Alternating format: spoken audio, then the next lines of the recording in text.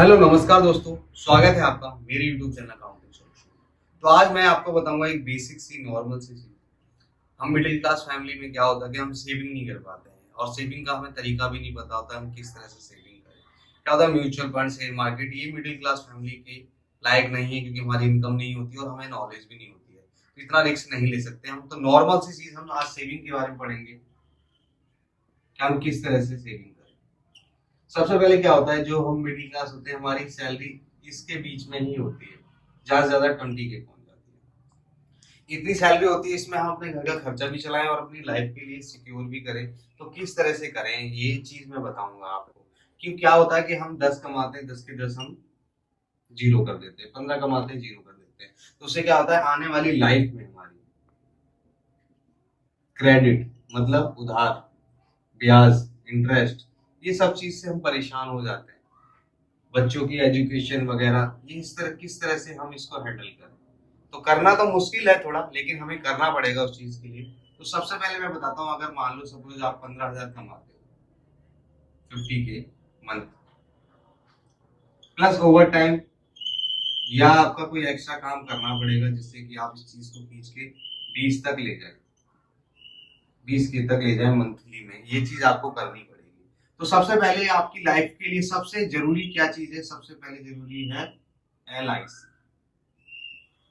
जो कि आपके जीवन को और आपकी फैमिली को सिक्योर करती है 10 से 15, 20, 25 साल।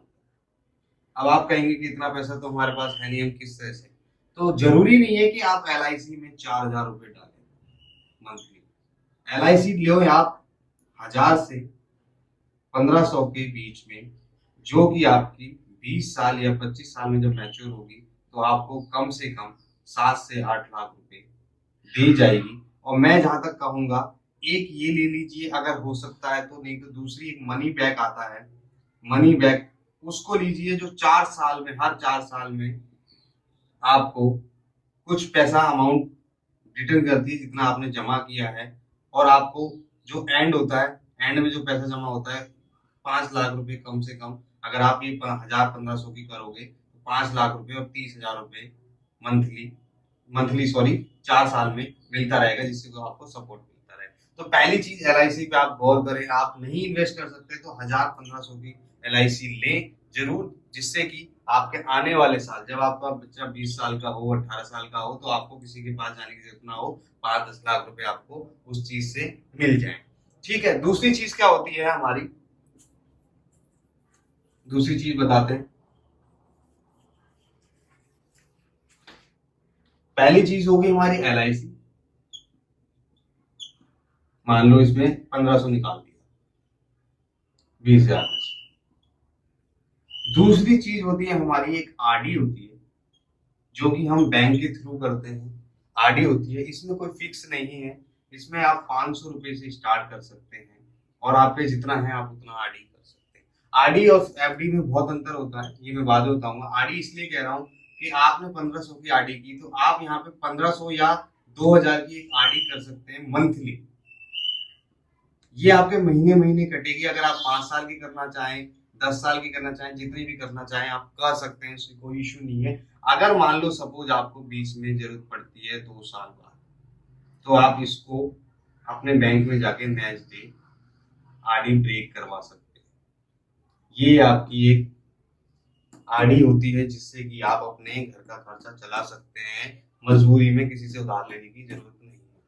तो RD सबसे बेस्ट है मेरे हिसाब से। FD में क्या होता है कि FD आपकी एक फिक्स हो जाती है कि हाँ भाई 5 साल, तोड़ तो इसको भी सकते हैं, लेकिन इसमें तोड़ेंगे तो एक लॉस सा हो जाता है और एक फिक्स अमाउंट डालना पड़ता है, 50,000, 60,000, इसमें डालने की जरूरत नहीं है। RD में आप मंथली 2,000 रुपए करो, मंथली करते रहेंगे 24,000 रुपए हो गए आपके, अगले साल 48,000 हो गए आपके। तो इस तरह जब जरूरत हो तो इसको निकाल लो, फिर दोबारा RD कर लो उसमें। तो ये आपका 2,000 और ये 1,500 आपके हो गए 3,500। अब आती तीसरी चीज क्या है। पहली चीज LIC कर सकते हैं, दूसरी चीज RD कर सकते हैं, तीसरी चीज है LIC, सॉरी, तीसरी चीज है आपकी कमेटी। कमेटी क्या होता है कि ये थोड़ा सा रिस्की है, लेकिन ये क्या होता है, जैसे आप जानने वाले हैं, कोई कोई आपके पड़ोस में, फैमिली में भी है, तो एक छोटा सा अमाउंट एक कमेटी में रखें, 2 से 3,000 रुपए कि नॉर्मल ऐसे बंदे के साथ, जो बंदा आपके विश्वास वाला हो, घर में ही डालते हो, रिलेशन में हो, तो उसमें क्या होता है कि जब आपको पैसे की जरूरत हो तो आप अपना उठा लें और उस चीज को यूज करके फिर इसमें भरते रहें, जिससे कि आपका इंटरेस्ट जो होता है, लोग आ लेते हैं 10% पे, 20% पे, 5% पे, तो ये आदमी परसेंट तो दे देता है, लेकिन जो मूल होता है वो खड़ा रहता है, उसकी वजह से वो कर्जे में आता है। तो इस चीज से आपको बचने के लिए ये करना होगा, सबसे पहले आप अपनी LIC पे ध्यान दें। अब आप मान लो 15,000 रुपए में 15 कितना वेस्ट हुआ, 1500 और 2,000 3500, और यहाँ मान लेते हैं 5,000 रुपए निकाल दिया। 5,000 में 10,000 रुपए आप अपने घर का खर्चा चलाएं, और उसमें से भी हो सके तो 1,500 रुपए कैश बचा के रखें।